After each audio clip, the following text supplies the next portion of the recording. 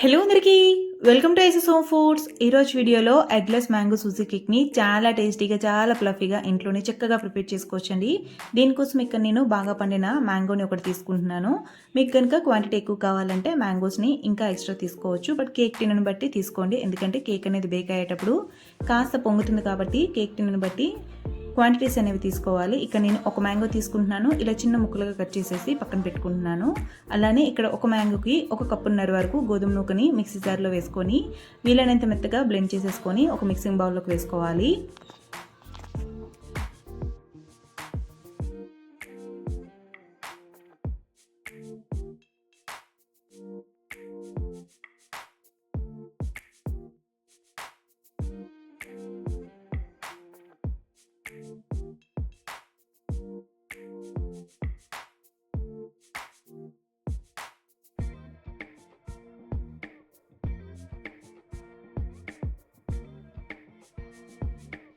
అలానే నేను షుగర్ అనేది 1/2 కప్పు వరకు వేసుకుంటున్నాను. ఒకవేళ మ్యాంగో కనుక కాస్త పులుపుగా ఉంటే ఇంకో 2 టేబుల్ స్పూన్ ఎక్స్ట్రా వేసుకోవచ్చు. షుగర్ని కూడా వీలైనంత మెత్తగా బ్లెండ్ చేసేసుకొని మిక్సింగ్ బౌల్లోకి తీసుకోవాలి. ఇలా షుగర్ని తీసుకున్నాక ఇందులోకి మనం ముందుగా కట్ చేసి పెట్టుకున్న మ్యాంగో పీసెస్ ఉన్నాయి కదా, వాటిని కూడాను చాలా మెత్తగా బ్లెండ్ చేసేసుకొని ఈ మిక్సింగ్ బౌల్లోకి వేసేసుకొని అన్ని ఇంగ్రీడియంట్స్ కూడా బాగా మిక్స్ అయ్యేటట్టు ఒక స్పాచులతో కానీ లేదంటే విస్కర్తో కానీ మొత్తంగా బాగా కలుపుకోవాలి.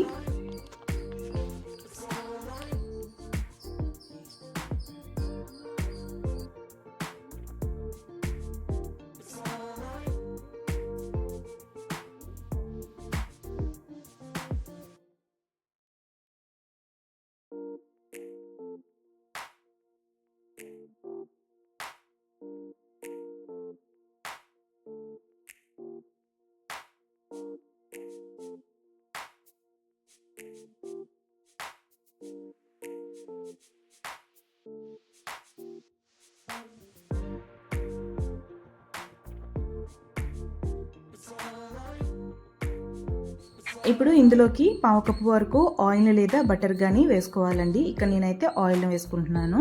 1/2 కప్పుకి తగ్గించి నేను వేసుకుంటున్నాను ఆయిల్ అనేది. ఇలా మొత్తంగా ఆయిల్ వేసుకున్నాక ఒకసారి బాగా కలిపేసుకొని 1/2 కప్పు పాలను వేసేసుకొని మొత్తంగా పిండిని మొత్తాన్ని బాగా కలిపేసి మూత పెట్టేసి ఒక హాఫ్ అన్ అవర్ పక్కన పెట్టుకోవాలి. ఇలా పాలను వేసి కలిపేసి మూత పెట్టుకోవడం వల్ల మనకి గోధుమ రవ్వ అనేది బ్లెండ్ చేసి వేసుకున్నా కూడా కాస్త బరగ్గా ఉంటుంది కదా, అలా ఉండకుండా సాఫ్ట్గా తయారవుతుందండి. మూత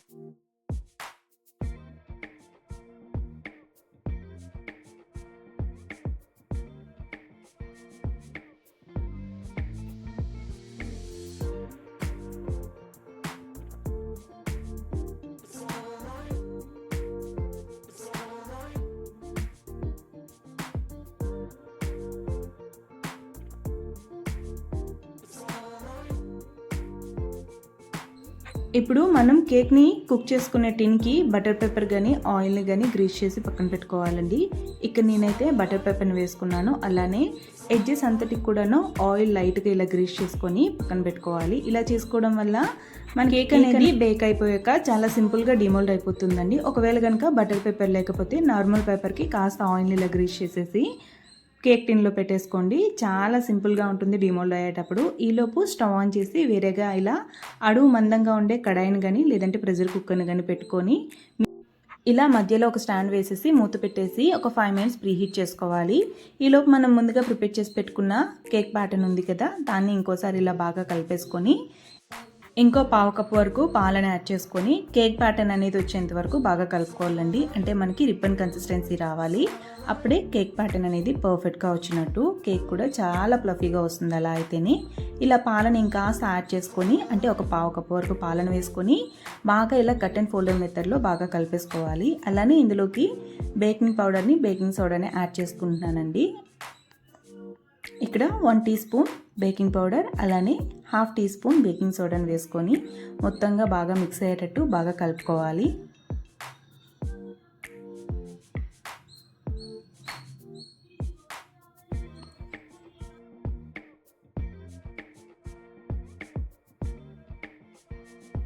ఇలా మొత్తంగా కలుపుకునేటప్పుడు కట్ అండ్ ఫోల్డర్ మెథడ్లోనే బాగా కేక్ని కలుపుకోవాలండి, లేదంటే ఎయిర్ గ్యాప్స్ అనేవి ఫామ్ అయిపోతాయి. సో ఇలా రిబ్బన్ కన్సిస్టెన్సీ వచ్చాక ముందుగా మనం ప్రిపేర్ చేసి పెట్టుకున్న కేక్ టిన్లోకి మొత్తంగా బ్యాటర్ని వేసేసుకొని ఒకసారి 2 సార్లు ఇలా డిప్ చేసుకోవాలండి. ఇలా జస్ట్ ట్యాప్ చేసుకొని పెట్టుకోవడం వల్ల ఎయిర్ గ్యాప్స్ అనేవి ఏవైనా ఉంటే కనుక కంప్లీట్గా ఫిల్ అయిపోయి మనకి కేక్ అనేది చాలా ఫ్లఫీగా ప్రిపేర్ అవుతుంది బేక్ అయ్యాక.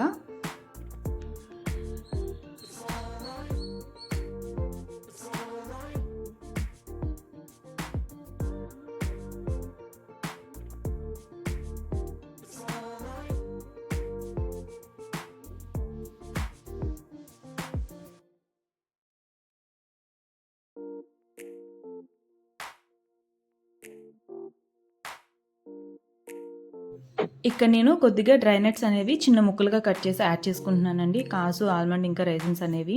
ఒకవేళ మీ దగ్గర కనుక అవైలబుల్గా టూటీ ఫ్రూటీ ఉన్నా కూడాను యాడ్ చేసుకోవచ్చు. చాలా టేస్టీగా ఉంటాయి కేక్లోకి. ఇలా మొత్తంగా డ్రై నట్స్ అన్నీ వేసేసుకొని మనం ముందుగా ప్రీహీట్ చేసి పెట్టుకున్న పాన్లో పెట్టేసుకోవడమేనండి.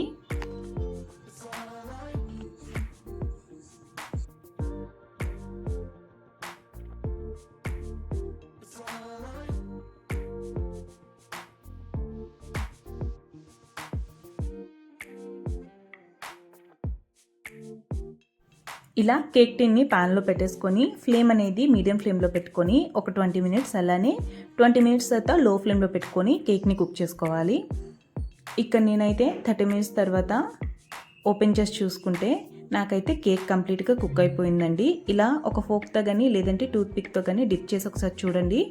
బ్యాటర్ అనేది ఏమైనా స్పూన్కి కానీ అంటుకుని ఉంటే ఇంకా కేక్ అనేది ఒక 5 నిమిషాలు 10 నిమిషాలు బేక్ అవ్వాలి. లో ఫ్లేమ్లోనే బేక్ చేసుకొని ఇక్కడ నాకైతే 30 మినిట్స్లో కేక్ అనేది కంప్లీట్గా చక్కగా బేక్ అయిపోయింది.